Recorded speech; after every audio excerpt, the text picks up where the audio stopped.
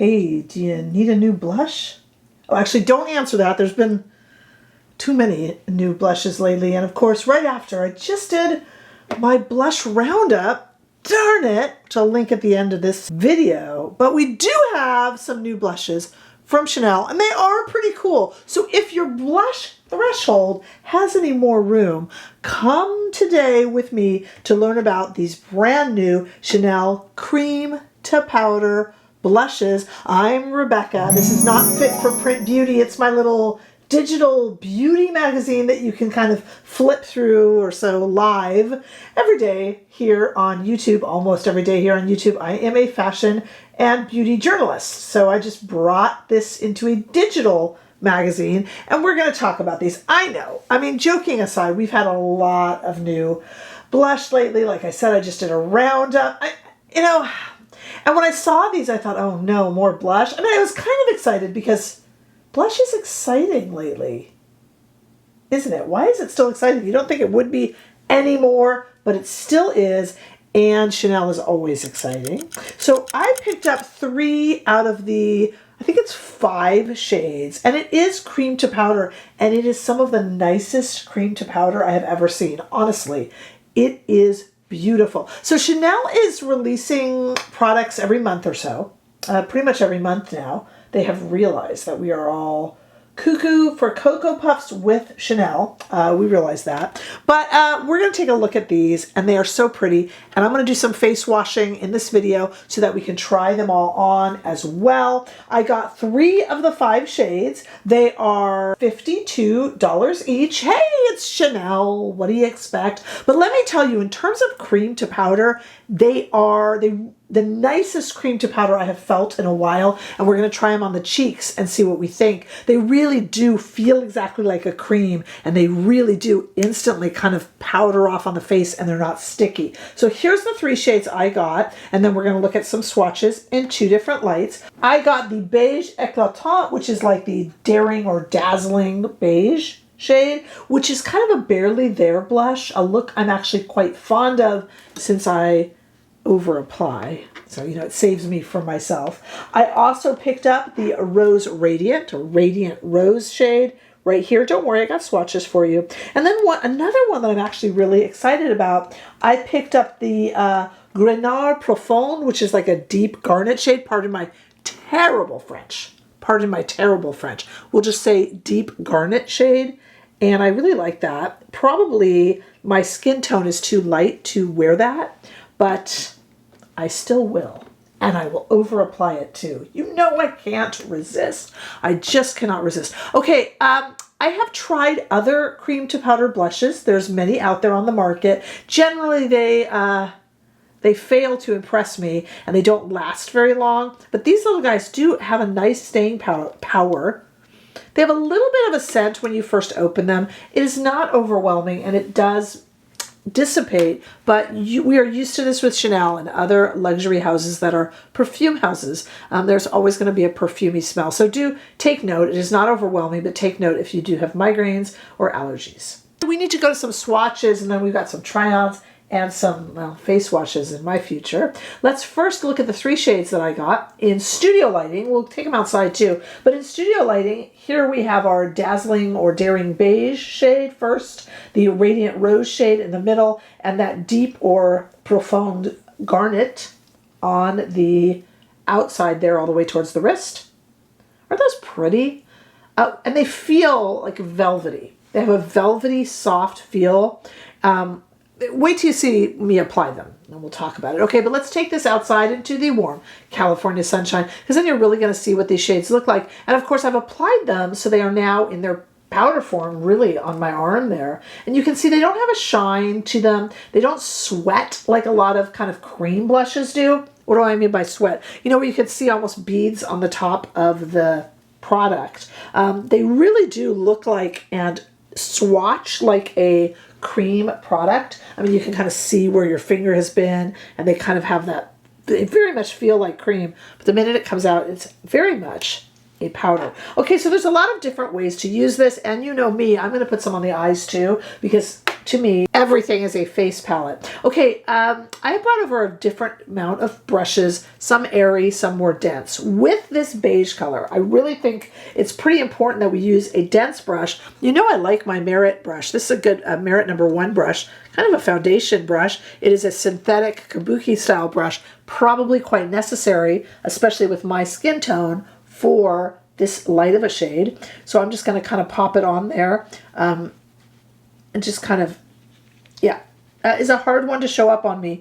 I'm okay with that though, because I like to talk and do other things while I apply blush. I don't really like precise makeup. I'm not one for contour. I'm not one for fussy red lips. So this shade, though it is most definitely very light on me, you can see the difference between the side that has it and the side that doesn't. And it just gives my face a little more color. I kind of like that actually. Okay, let me show you it on both sides. And I am using a dense brush because I kind of knew what I was in for here. You may put this on with a sponge. You may put this on with your finger. And that would work well too. This is going to be something for a definite no makeup day. There it is with the finger. You can get it on maybe a little bit darker. But you know, it depends. And some people would never have purchased this shade. For me, I really like this. It's a perfect kind of everyday simple shade. Even if you're having trouble seeing it, I think it's really pretty.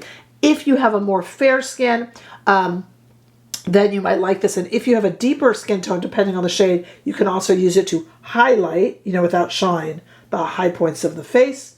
So you can do with that what you will. For me, with my skin tone, if I really apply a nice amount of it, which you don't have to push me to do, then I just get a subtle kind of color to my face that I really like. And I think this would also be very pretty. I'm going to pull out a Sonia G brush, just kind of in the crease of the eye, just to add a little bit of depth to my eye. I have nothing there now. And if you really kind of put it on, this is a goat hair brush. It really just makes a really nice kind of, yeah, it's a really put together look. I like that. And that was our beige, our dazzling beige shade. What I'm going to do now is I'm going to take this off, and then we'll come back and we'll try this Radiant Rose, and then we'll build up all the way to that deep garnet shade. So face wash #1 coming up right now. All washed off, ready for try on #2. I hope I got the shades that you guys were interested in. We're going to see some more impactful ones now. Again, I got 3 out of the 5. They're $52 each, so I couldn't get them all. I did notice on our live, it was pointed out that these do not come with a brush. And that is true, that's rare. Usually in a Chanel blush, we do see an included sort of brush or cover, and these are unique in that they don't have that. We do also have, let me point out, I'm going to start putting on our Radiant Rose, our middle shade now, and this is a Refer #31 kind of kabuki style brush. This one is goat hair, so it's going to actually pick up a little bit more, I think. I might also tell you that we do have some fall Chanel blushes coming out, not to be confused with these. Boy, that's pretty and made much more of a mark, didn't it, on the face? Okay, let me put it on the other side. That's really pretty. I gotta tell you, I'm impressed by these. I saw some people say that they found they were kind of dry feeling. I am not experiencing that at all. I have very normal skin. I do not have dry skin. But I certainly don't have a greasier complexion or oilier complexion. And no, I'm not finding that they feel dry at all. And I do find that they last a nice long time. Granted, that first shade I tried on was very pale for me. We know that. So it would maybe need to be layered with a powder to powder, true powder, I should say. This is really pretty. So here is our Radiant Rose shade, and I actually think that's lovely. Could you use this on the lips a little bit? Sure. Could we put this one on the eyes as well? Why not? Let's try that. I still have the beige on there from before, and now I'll just add a little bit of this. I love blush on the eyes. I just think it's pretty. I think it brings the look kind of fully together, and I do think it's absolutely lovely. That's actually so far. I was really excited about the beige, even though I knew it wouldn't show up on me very well, but I got to tell you, right now that is stealing the show for me. That is a really pretty shade that I'll wear a lot. Kind of reminds me a tad bit of that Cafe Rose Tom Ford that I'm also in love with, except the Cafe Rose Tom Ford is a little cooler. It's almost like the slightly warmer version of that. So this is going to be a firm favorite already. let me do my second face wash so that we can try on our third shade. Stay right there. Okay, best or boldest for last. We have that Garnet shade that I saw and I was immediately told Nazi. You know, Nazi is my sales associate extraordinaire at Chanel Beauty. I just adore her. And she's at Newport Beach in Fashion Island here in Southern California. And when we looked at the shades, I was like, I'm getting that red one, I called it. I knew that right away. I had to kind of debate about the others, but I knew right away that I would want this one. And this is that deep garnet shade. Let's see what we think. Can I wear it? Here is a clean Refer BO2, which is kind of their original. They've redone it since, but their original foundation brush. So it's going to apply a lot. And I maybe should have used a fluffier, maybe not dense brush for this, although I kind of do like that you can really see the shade.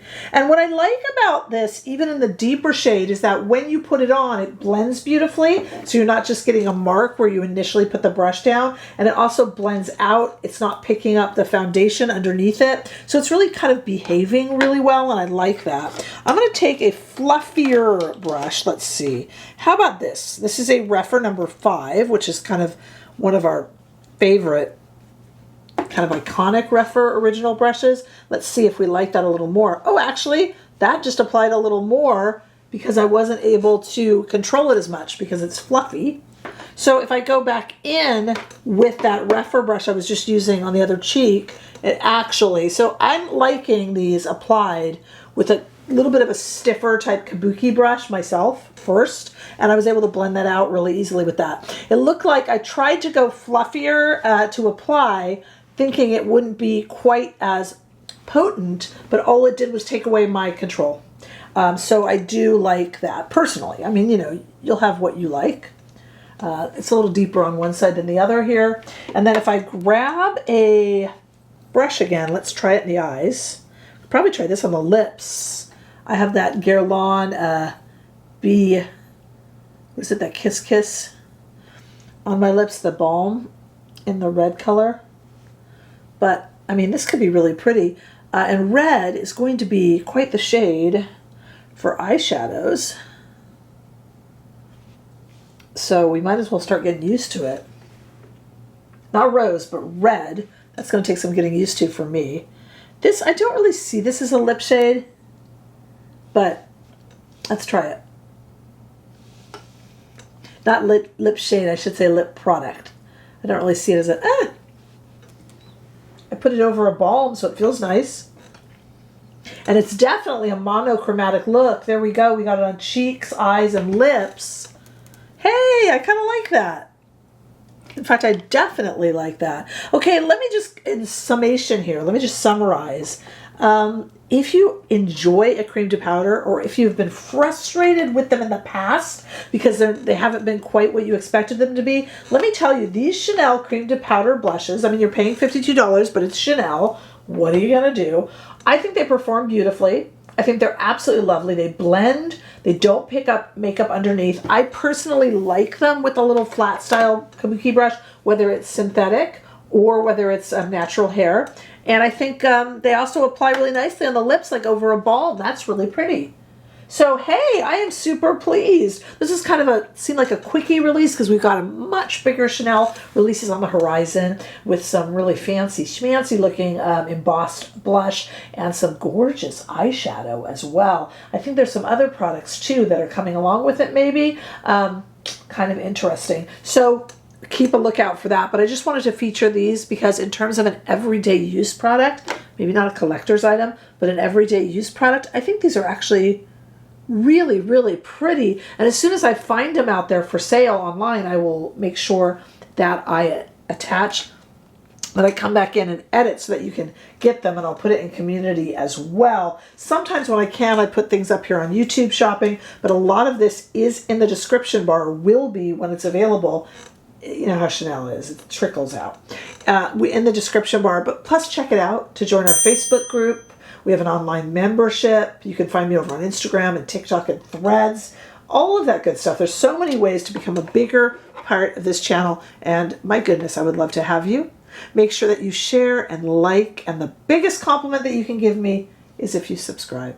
And I look forward to seeing you all in the next video. Let me know if you need any swatch comparisons on Instagram. Bye-bye.